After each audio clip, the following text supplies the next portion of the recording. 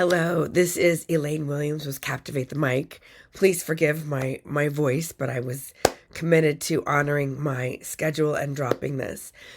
I'm so happy that you're here. This is an episode about creating collaboration with any audience. And I learned this from doing stand up comedy in New York City and improv. I find what happens a lot of times, speakers get nervous about the audience, they put them on a pedestal, and instead of creating, hey, we're in this together, so we might as well have some fun, whatever the topic is going to be. It can be a super serious topic, and you can still create partnership because here's the deal. When you're speaking, the audience wants you to be good, and you want the audience to have fun and be leaning in because that makes you a better speaker. And a lot of times, the audience doesn't know that. And one of the things I work with my clients and students on is when you can create partnership, it goes so far and it can really make the whole experience next level. I hope that you like this episode. I can't wait to hear what you think about it. I know it was really a life-changing thing for me on my journey towards being a pro speaker. Can't wait to see you on the screen or stage soon. Hello, this is Elaine Williams with Captivate the Mic, and I am coming to you live from Denver, Colorado. I wanted to talk today about creating partnership with your audience. I know that when I first started doing stand up, I was terrified. How do you get to be better as a comedian? You get on stage in front of other humans and you try to make them laugh. And so you need an audience. And so I started producing my own show right away, and then I have to stand outside and beg people to come in and sit down and buy drinks and come to the show. And so sometimes I was secretly hoping nobody would come because I didn't want to feel vulnerable. When we always ended up having some kind of show, sometimes it was for 5 people, sometimes it was for 50 people, but then it'd be like, oh my God, the people are here. Now we have to do it. Ah! That's what happens with speakers sometimes. You work so hard to get the gig, and then sometimes it's, oh my gosh, this is a really big theater, or this is a really small, intimate room. You never know what kind of space you're going to be in until you get there. And so, one of the things that I've learned from spending hours and days and really years on stage is when I can create, we're in this together. I'm not going to do something to you, and you're not going to do something for me. We are already on the same team. That is just such a great thing to dive into because no audience wants to feel like you're doing something to them or that you're speaking at them, right? We don't like that. And I know what it's like as the recovering Southern girl to need to be liked. When I first started, is this funny? God, I hope you like me. When I first started doing Facebook Lives, I hope you like me. I don't want to take too much of your time. Let's talk about being bold. But really, who I was being was, please don't heckle me. Please don't heckle me. So I was giving all the power to the audience or the perceived audience when it's on social media or into a camera. So instead of coming from that place of need, what if you could create, hey, we're in this together. I want you to have a good time. And you guys want me to have a good time because then we're all going to have more fun. And the time is going to go by, whether we're doing comedy or talking about the tax laws of 1938 or insurance, or sometimes we have to talk about really tedious, hard subjects. But if you can acknowledge it, I just was at a conference and the woman said, "Oh, great. I'm the last speaker of the day right before you all go to dinner. So you were hungry, angry, and tired. Woohoo!" But because she acknowledged what was in the room, we fell in love with her because she was like, I get it. I'm not going to be up here for 3 hours and trying to captivate you. I want to get to my message so you can all get to happy hour or whatever it is you need to do because you've been sitting in this room all day long. So many times, just acknowledging What's in the space? All right, I'm the first speaker. Anybody else feel like they're not awake yet? Anyone else? I need 5 more cups of coffee. That's a great way to start with humor, to acknowledge what's going on in the audience. And what I use, I call hooking questions, which I'm going to do a whole series on that, because to me, that is the way to start every video and every speech. It's infinitely more exciting. Thank you so much for having me. I'm really excited to be here. I'm really excited to blah, blah, blah. That's all about me. Who cares? The audience is like, why are you here? Why are you talking? Why do I have to listen to you? What is in it for me? If you can start off right away, how many of you wish that you were already at happy hour? How many of you wish you had 5 more cups of coffee and maybe a decent breakfast? How many of wish you didn't take that second helping at lunch because now you feel like you need a nap, right? Sometimes just acknowledging what's in the space is a great way to create instant rapport and basically tell the audience, hey, we're in this together. I want you to have fun. You want me to have fun, because then it's going to go by quicker and better. And if I feel like you're into it, I'm going to give you my best. And so that is another thing. I sometimes, depending on my topic, I used to speak on college campuses about really hard subjects like addiction, alcoholism, and assault. I would say, hey, we're going to talk about some tough stuff here, but I promise I'm going to leave you up. We're going to do some comedy too. And you're going to learn some things here that could save your life or your friend's life. So cool deal? Is that cool? Or sometimes I would say, hey, can this be a judgment-free zone? I'm going to be sharing some vulnerable stuff, and I really want you to hear it because it can make a difference for you. And so let's make this space a safe space. Now, obviously, it depends on if you're speaking to all of Google, you might not want to say that. It depends on the context and where you are. But to me, that is a great way to create context with your audience.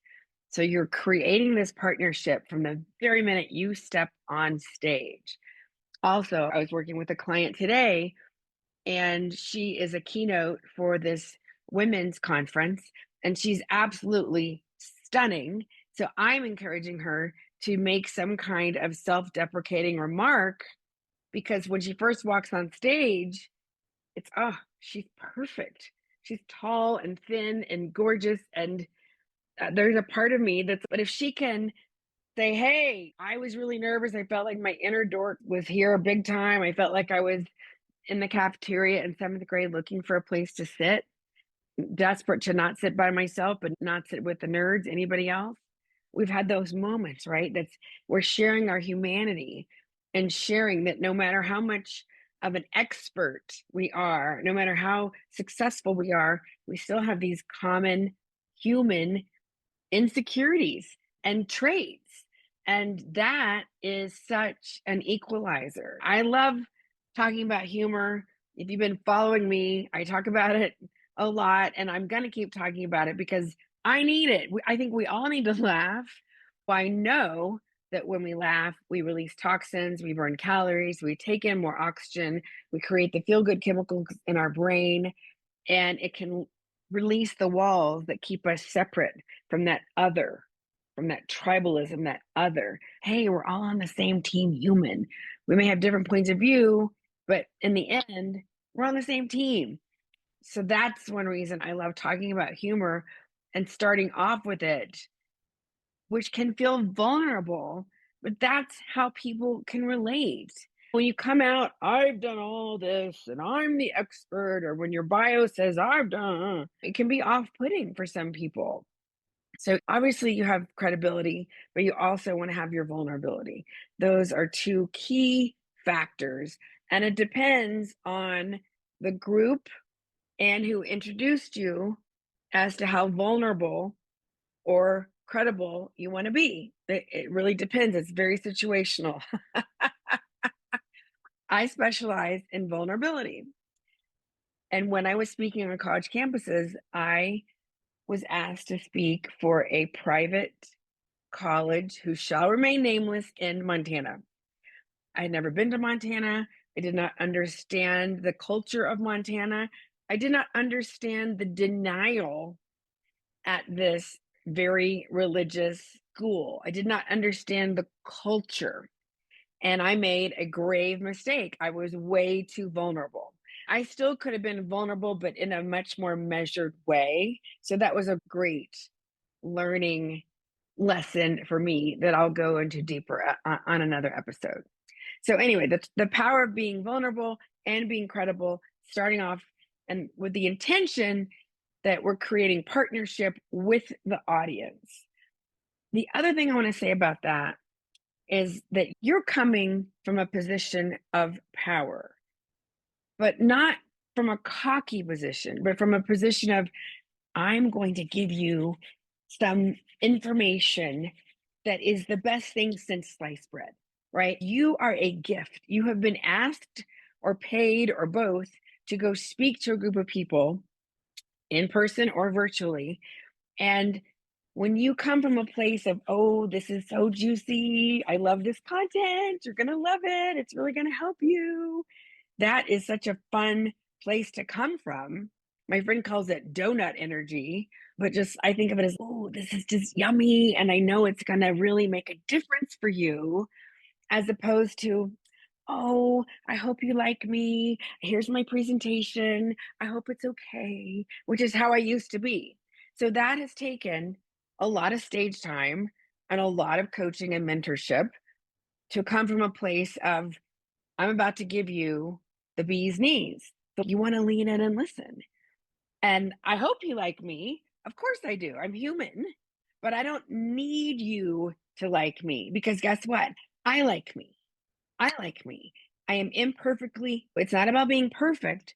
It's about being authentic and giving your gifts, sharing your information, but coming from a place of, this is so juicy. You're going to love it. Even if it's tedious, like tax things, it's going to help you in some way in your job, in your position, in your relationship, with your body, with your health, whatever it is that you're teaching and training about. And that is infinitely more engaging than somebody who needs you. We've all been there, right? Have you ever seen the speaker who walks out on stage and you're like, are they going to make it? I start breathing for them. Are they breathing? Is she going to make it? She looks like she's going to pass out. We don't want you to be like that. And if you work with me, you will never be like that. But coming from a place of, I have a gift to share and you're going to love it. And if you don't, okay, some of you will get that on the way home. That's one of my saber lines. Whole nother episode. So creating partnership with the audience from the moment you walk on stage and not needing them to like you. You can hope, you can set the intention, but you don't need them. You're here giving your beautiful information, and some people may not like you. You're not everybody's cup of tea. Can you be okay with that? And as speakers, a lot of times there's 100 people smiling and nodding their heads, and there's one person glowering. And who do we focus on? As a comedian, oh my gosh, I could tell you the stories. I was a keynote, and it was a blast. It was a gorgeous stage, and it was 500 people. And later on, this lady came up to me and said, I'm so sorry. I was asleep in the first row. I'm on some new medication. And when she was in her late 60s. And I was laughing because I didn't even notice. And in the past, I would have been like offended. But you know what? People are people. You never know what's going on. So it's, you want to be connecting with the audience. You want to feel the vibe of what's going on with them to the degree that you can. And you don't want to kill yourself twisting yourself into a knot. I worked with Debbie Ford. She was my coach. I got certified with her Master's Essentials in Spiritual Divorce. She has passed, but she was on the New York Times bestselling list. She spoke to Oprah many times. She worked with Deepak Chopra. And she used to always say, half of the room is going to love you and half of the room is not going to love you. So would you rather twist yourself into a pretzel trying to make everybody love you and then you hate yourself, or be your true self and vibe with the people who are vibing with you? And I always thought that was really freeing. It's really freeing. So create partnership with your audience. Don't need them. Come out loving yourself, So that means a good warm up. That means spiritual practice. That means probably a good workout, a good night's sleep, eating well. There's a lot of things for self care that you can do to help you stay in a high state. Avoid the news, avoid family members who stress you out, all that stuff. If you're not sure how to get there, give yourself lots of extra time because Murphy's Law, construction, all the things. Okay, we've talked about creating partnership. And then one of the other things I know when I first started speaking, I started going to Toastmasters because I had been performing my entire life, but I I didn't know how to speak as Elaine, the expert. So I started going to Toastmasters and I went for years. And one of the things I learned was again creating partnership and not being afraid if somebody raised a hand or interjected something or called out.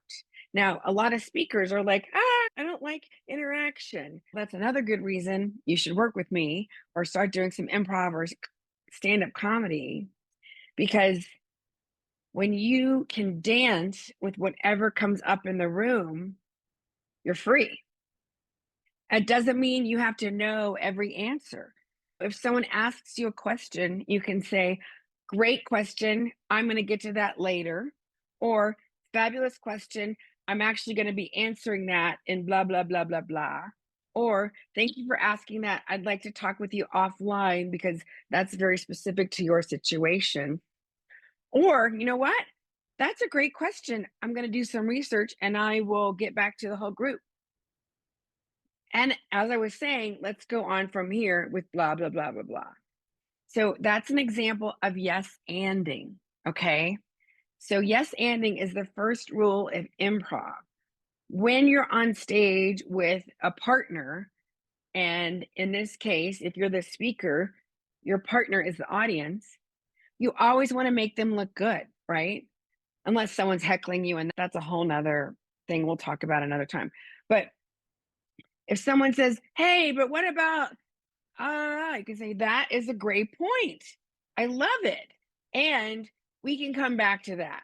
Or when you're doing improv, which I highly recommend if you're working on your speaking, if your partner says, you're a yellow marshmallow on Mars, you don't say, no, I'm not, because that would kill the scene. You say, yes, and you are an orange cow on Jupiter, and somehow we're on this date on planet Earth or whatever. The whole point of yes and is that you make your partner great. So when someone raises a hand and wants to contribute, you can say, that is a great point, and I will come back to that. Or thank you for bringing that up. Let's talk about that offline. You that way, do you see how I'm not like if someone raises their hand or interjects and you say, no, or that's completely wrong or whatever, then it's disempowering. And then it makes the space not feel safe. So yes, and is a great way. It's a great way to live your life. And it's a great way to come from that place of yes, and when you're speaking. And that doesn't mean you're condoning everything people are saying or that you're agreeing with everything you can say. It's a way of being a gracious host. It's you're the host of the party and you're creating partnership with this audience. Yes, okay. That is a valid point, or that is very interesting, or what an interesting opinion. Okay, maybe we can talk about that later in the Q&A or over dinner. You see how you still made them great, even if what they said was maybe preposterous. And so that is such a good rule to live by. Amy Poehler wrote a book called Yes and. She was on Saturday Night Live forever. I miss her. She's so fun. And it's just a great rule to live by of making whoever you're with great. When I have a guest on my podcast, I want to make them great. I would never want to knock them down or hyper criticize them. I might give them some feedback on their story in a very loving, sandwichy kind of way. The sandwich, I loved this. Next time, I would really love if you could give me a little more juice with this, or add some pauses, or have some more vocal variety, or maybe do an act out. And I also loved blah, blah, blah, blah, blah. That's the sandwich. They give compliments and then the little bit of what they need to work on in the middle, right? Think about it. For some of us who grew up in dysfunction, it is very hard to receive feedback. I am sensitive. And I've tried for years to not be sensitive, and I am so sensitive. And so I work on that on a daily basis. That's why I have a 12-step program and I meditate and pray and do all my spiritual things because that helps me be less sensitive because I can be way too sensitive. And my goal is to keep growing and learning authentically and evolving. And so that means I should welcome feedback at all times. I don't know if I can do it at all times, but I want to be able to hear things and not be a reaction queen. And so that's why I do my spiritual practices. And that's another reason I love improv because it helped me lighten the heck up. I was so intense. I was so intense. I was new in New York and I was like, gotta make up for a lost time. And the casting directors were like, you need to take some improv, lady. You need to calm down. I was just so intense.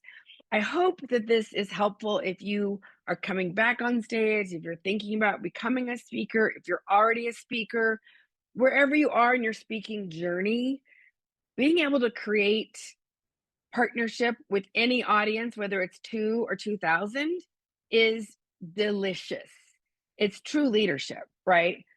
Not needing them to like you, remembering to love yourself, being super centered and self cared before you put yourself out there, whether it's 2 or 2,000 or on camera. And then the yes anding. Yes anding is such a great rule for life. Instead of saying, or yes, but try saying yes and see what doors will open up for you. I hope that you got a lot out of this. My name is Elaine, if you're just tuning in, and I help female entrepreneurs show up powerfully on stage, on camera, and when they're podcast guesting so that they can make the most out of every opportunity so that you can have fun and have the most impact that you know you're meant to make on this planet. We all are wanting to expand our reach and help heal the planet. I believe that I'm doing God's work. I help the helpers. My mission is to help heal the world one video, one joke, one story at a time. And I need a whole crew of people to help me do that. So if you know it's time to put some attention on your speaking, and we all know speaking is the very best way to grow your business. That people can feel you and hear what you have to say and say, yes, I want to be on your email list. I would like to have a session with you. I would like to sign up for your blah, blah, blah. Speaking is the best way. And we all can always be working on being better at it. So thank you so much for joining me. Please pass this on to somebody who needs it. And please subscribe, rate, and review because that's how people find out about this. And I want this to go global. And I cannot wait to see you on the screen or stage soon. Bye for now.